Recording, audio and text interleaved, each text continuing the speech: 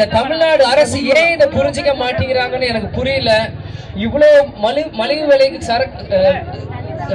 நம்மளோட கள்ளச்சாராயத்தை கொடுத்து மக்களுக்காக கொடுத்து எல்லா பக்கமும் விற்பனை செஞ்சு கள்ளக்குறிச்சி முழுவதுமே இன்னைக்கு மக்கள் வந்து பாதிச்சிருக்காங்க. இன்னைக்கு பாத்தீங்கன்னா ஒரு 10 சென்ட்டுக்கு இருக்க ஒரு சுடுகாடு இன்னைக்கு 200 அடிக்கு வளர்ந்துருக்கு.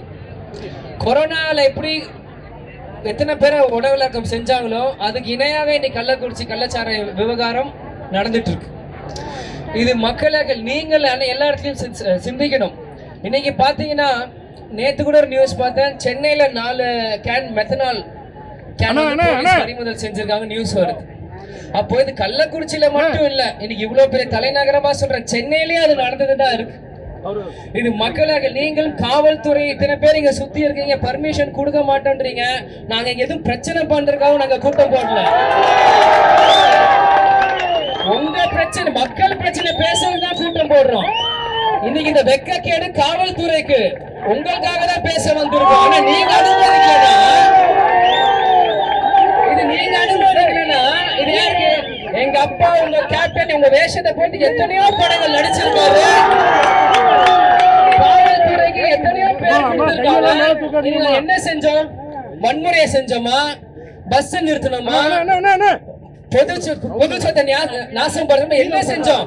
முறையா பர்மிஷன் வாங்கி இன்னைக்கு வந்து போராட்டம் ஆர்ப்பாட்டம் நடத்தணும்னு கேட்டோம். ஒரு போராட்டத்துக்கு அனுமதி கூட கொடுக்க முடியல. ஏன்னா இது அரசு, இதுல தெரியுது அரசு தவறு செஞ்சுட்டு இருக்கு. இது காவல்துறை துணை போகுதுன்னு இதுல தெரியுது. இது வேற எதுவுமே இல்ல. இன்னைக்கு 40 பெருமையா பேசுற திமுக அரசு இன்னைக்கு 40 உயிர் பலி கொடுத்திருக்கீங்களா? இந்த 40 உயிர் 40 சேர்க்க முடியுமா? இன்னைக்கு 40 எல்லா பக்கம் போஸ்டர் ஒட்டுறீங்களே, அண்ணன் ஸ்டாலின் எல்லா பள்ளியும் சிரிச்சு போஸ்டர் போட்டோ கொடுக்குறாங்களே. இன்னைக்கு அந்த 40ன்றீங்க. இன்னைக்கு 58 உயிர்கள் இறந்துருக்கு. இன்னும் 100 உயிர்கள் ஊசலாடிட்டு இருக்கு. அந்த கண் பார்வையை இழந்து மக்கள் தவிக்கிறாங்க. இன்னைக்கு கிட்டத்தட்ட 120 பேர் தவிச்சிட்டு இருக்காங்க. அப்ப 120 திரும்பி போஸ்டர் ஒட்டலாமா? பெருமை பேசலாமா? 120 பேர் பாதிச்சாங்க, 120 பேர் மரணம் அடைஞ்சாங்கன்னு திமுக அரசுக்கு வந்து எல்லாருமே கோஷம் போட்டு இந்தியா முழுவதுமே பெருமை இந்த அரசுன்னு கோஷம் போட்டு எல்லாருமே சந்தோஷமா கொண்டாடலாமா? இது மக்கள் இடத்துல இருந்து விஜய் பிரகாரம் நான் இங்க இருந்து உங்க முன்னாடி நான் கேட்கிறேன். எங்க பார்த்தாலுமே பிரச்சனை. இங்க சென்னையில பார்த்தா எல்லா கிளப்லயுமே குடிச்சிட்டு பிரச்சனை பண்றது திமுக அரசு.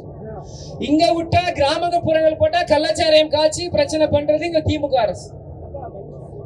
இதே மாதிரி கொஞ்ச நாள் முன்னாடி சாதிக் பாஷா வந்தாரு, கஞ்சா போதைனாங்க. அதுக்கு என்ன பதிலே எனக்கு தெரியல. இப்படி ஒரு படத்துல காமெடி வரும், ஜப்பான்காரன் எதோ கண்டுபிடிக்கிறான், ஆனா நம்ம இன்னும் இந்த கள்ளச்சாராயத்தை காய்ச்சிட்டு இருக்கோம். இன்னைக்கு விஞ்ஞானம் எவ்வளவோ வளர்ந்துருச்சு. இன்னைக்கு நம்ம எங்கேயோ போயிட்டோம். பக்கத்து ஸ்டேட் மகாராஷ்டிரா, நீங்க டெல்லியில பாத்தீங்கன்னா 10-15 வருஷத்துக்கு முன்னாடியே மெட்ரோ ரயில் வந்துருச்சு. ஆனா இன்னைக்கு இப்பதான் தெருவா ரோட குத்திட்டு இருக்காங்க மெட்ரோ ரயில் போல. இன்னைக்கு ஸ்டாலின் மரியாதைக்கு முதல்வர் சொல்லியிருக்காரு, இன்னைக்கு சட்டசபையில நாங்க அடுத்த தலைமுறைக்கான அரசு, எலெக்ஷனுக்கு தேர்தலுக்கான அரசு எங்கள் இல்லைன்ட்டு. நான் சின்ன வயசுல இருந்து இந்த ஸ்கூல் பக்கம் இப்படி போயிட்டு இருக்கும்போது எப்பயுமே வள்ளூர் கூடத்துல வந்து போராட்டங்கள் தான் பார்த்துட்டு இருக்கேன். அன்னைக்கு நான் அப்படி சாலையில போயிட்டு நானே வந்து போராட்டத்துல இறங்கியிருக்கேன். அப்போ அடுத்த தலைமுறைக்கான அரசுனா நான் இதுக்கு வந்து இங்க நிக்கணும். அடுத்த தலைமுறைக்கு நீங்க வழி நடத்தி இருந்தா நீங்க செஞ்சிருந்தீங்க, நாங்க அதுக்கு இங்க வந்து நிக்க போறோம். இது மக்களாக நீங்களும் இளைஞர்களும் சிந்திக்கணும். இன்னைக்கு அது மட்டும் இல்லாம இன்னைக்கு வந்து தேவையில்லாம இன்னைக்கு வந்து மரியாதை முதலமைச்சர் சொல்றாரு, இன்னைக்கு வந்து 24 மணி நேரத்துல அந்த அரசு அதிகாரிகள் எல்லாருமே பணிமாற்றம் செஞ்சுட்டோம், இது அரசோட சாதனைன்றாங்க. நாங்க தேர்தலுக்கு பயப்பட மாட்டோம், மக்களோட வாழ்வாதாரத்துக்கு தான் நாங்க சிந்திப்போன்றாங்க. அப்படி சொல்றவங்க கள்ளக்குறிச்சியில சுத்தி இருக்க அதிகாரிகளை மாத்தினீங்களே, இருக்கிற எம்எல்ஏ எல்லாருமே ராஜினாமா செய்ய சொல்ல வேண்டியதானே? அவ்வளவு உங்களுக்கு திராணி இருந்துச்சுன்னா, அவ்வளவு உங்களுக்கு தைரியம் இருந்தா அதிகாரம் மாத்தின 24 மணி நேரத்துல நெஞ்ச நிமித்தி சொல்றவங்க ஏன் அங்க இருக்க எல்லாருமே எம்எல்ஏ ராஜினாமா செஞ்சு உங்களுக்கு அவ்வளவு தைரியம் இருந்தா மீண்டும் தேர்தலை சந்திச்சு ஜெயிக்க வேண்டியதானே? அந்த அளவுக்கு தைரியம் திமுக அரசுக்கு இருக்கா? 40 MP எலெக்ஷன்ல ஜெயிச்ச உடனே அடுத்த டார்கெட் 200 மேல ஜெயிக்கணும்ன்ற சொல்லிட்டு இருக்கீங்க. ஆனா 200 மேல ஜெயிக்கணும் நீங்க சொல்றீங்க. ஆனா மக்களுக்கு என்ன செஞ்சீங்க? இன்னைக்கு உங்க ஆட்சி 3 வருஷம் ஆயிடுச்சு. 2021 2024 இருக்கோம். 3 வருஷம் ஆயிடுச்சு. என்னைக்கும் அப்துல் கலாம் ஐயா மறைந்து பல வருஷம் ஆச்சு. 2015 16 இறந்தார். ஆனா இன்னைக்கு அப்துல் கலாம் ஐயா பிறந்தனால அரசு விடுமுறை நாள அறிவிக்கிறீங்க. இவ்வளவு நாள் விட்டு இன்னைக்கே அறிவிக்கிறீங்க. திசை திருப்புறீங்களா? நீங்க எல்லாருமே இதை பாதியே பேசிட்டு இருக்காங்க. கள்ளச்சாரையை பத்தி பேசுறாங்க. திசை திருப்புறீங்களா? அப்துல் கலாம் ஐயா பத்தி நீங்க வீடியோ கொடுத்தா இளைஞர்கள் எல்லாருமே அப்துல் கலாம் ஐயா பின்னாடி இருக்கிறாங்க, அதை பத்தி பேசுவாங்க. உங்க ஆட்சிக்கு இதனால நல்ல பேர் வரும் நினைச்சிட்டு இருக்கீங்களா? சத்தியமா கிடையாது. மக்கள் எல்லாருமே தெளிவா இருக்காங்க.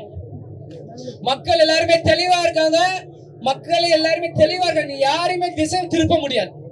இன்னைக்கு இவ்வளவு பெண்கள் என்னை சுத்தி இருக்கீங்க. பெண்கள் நீங்களும் உங்களுக்கு தெரியும். இந்த டாஸ்மாக் இங்க இருக்க சென்னையில எத்தனை பேர் குடும்ப வாழ்க்கையை அழிச்சிட்டு இருக்கு. இன்னைக்கு கிராமப்புறங்கள கள்ளச்சாரி அழிக்கிற மாதிரி மெட்ரோபாலிட்டன் சிட்டில டாஸ்மாக் இன்னைக்கு எத்தனை குடும்பத்தை அழிச்சிட்டு இருக்குன்னு உங்களுக்கு தெரியும். அந்த ஆண்களை கேட்ட என்ன சொல்றாங்க? உடம்பு வலி, மனசு சோகம், அதான் 2 பாட்டில் விட்டுட்டேன் அப்படின்றாங்க. அப்ப உடம்பு வலி மனசு சோகம்னா அரசாங்கம் பாட்டில் விற்க கூடாது. அந்த மக்களுக்கு வாழ்வாதாரத்துக்கு வேலை வாய்ப்பு உண்டாக்கி கொடுக்கணும். அதுதான் ஒரு நல்ல அரசாங்கமோட வேலை. பாட்டில் விலையை குறைக்கிறது, கள்ளச்சாரை விற்கிறது. ஏன்னா உடம்பு வலிக்குது குடிக்கட்டும்னு சொல்றதுக்கு இல்ல. அவங்களுக்கு வேலை வாய்ப்பு நீங்க கொடுத்தீங்கன்னா இவங்க குடிக்க போறாங்க. காலையில இருந்து சாயங்காலம் வேலையை பார்த்தா சாயங்காலம் வேலை குடும்பத்தோட சந்தோஷமா இருந்து நேரத்தோட படுத்து நேரத்தோட சாப்பிட்டு நேரத்தோட வேலைக்கு போயிட்டு வருவாங்க. அந்த வேலை வாய்ப்பு இல்லாம என்ன பண்றதுன்னு தெரியாமதான் போதை கடிமையாயிட்டு இருக்காங்க இன்னைக்கு ஒவ்வொருத்தரும். இதெல்லாம் மாற்ற சொல்ல முடியும். மக்கள் நீங்க சொல்லுங்க. இது ஏதோ நாங்க திமுக அரசு குறை சொல்றோம் நீங்க நோக்கம் இல்ல. மக்களோட வலி வேதனையை தான் இன்னைக்கு தேமுதிக தமிழ்நாடு முழுவதும் ஆர்ப்பாட்டத்துல சொல்லிட்டு இருக்கோம். பாதகம் செய்பவரை கண்டால் நாம் பயங்கொள்ளலாகாது பாப்பா.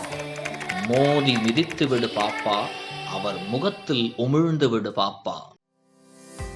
அண்மை செய்திகளை உடனுக்குடன் தெரிந்து கொள்ள இணைந்திருங்கள் இயம்நாடு தொலைக்காட்சியுடன்.